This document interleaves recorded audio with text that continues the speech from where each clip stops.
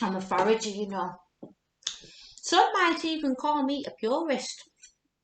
But I believe if you belong to a supper club, then everything should be cooked from scratch. Not just dish up steak and chips for everyone. Well, it won't really cut the mustard, will it? If you pardon the pun.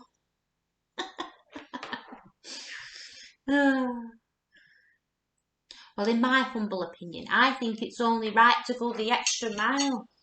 Samphire from the local cliffs, wild garlic from the hedgerows, and of course, my own speciality, wild mushrooms. Well, don't worry, I know what I'm doing. I've been on a training course, absolutely essential for the mushrooms. You've got to know your death cap from your honey fungus. One's very tasty, and the other will kill you. The clue is in the name, of course, although some people get a tummy upset with the honey fungus the first time they try it. Actually, we had a fatality a couple of weeks ago. His name was Alex. Sick as a dog he was. Ended up in hospital. Multiple organ failure. Nothing anyone could do. Oh, I was terribly upset when I heard he died. He only joined the club about 6 months ago, but we'd become quite close. He often used to stay on for a nightcap after dinner. Most of the other members were couples. Apart from Becky, that is. I've had my suspicions about her for a while. She was the one who was always serving up steak and chips when it was her turn. Something about men liking steak, she said, and the best way to a man's heart. Well, after Alex joined, she upped her game. It was all steak Diane, and steak au poivre, and steak tartare.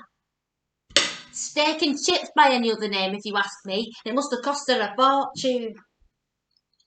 I'm sure some people only join the supper club to meet men. I think she was one of those.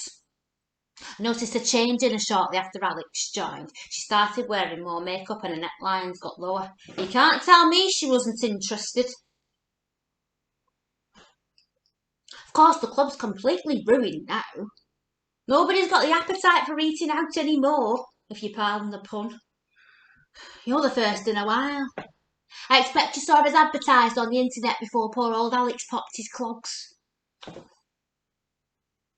Of course, we had to shut down because we're still waiting on the coroner's verdict. Strictly speaking, I shouldn't have had you round. Not with an ongoing investigation. I told the police Becky had asked my advice about a dinner she was giving just for Alex.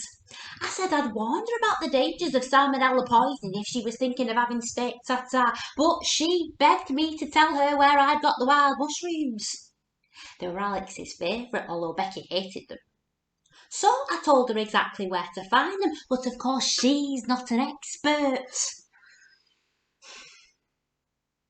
You're not eating, Tom. Everything okay?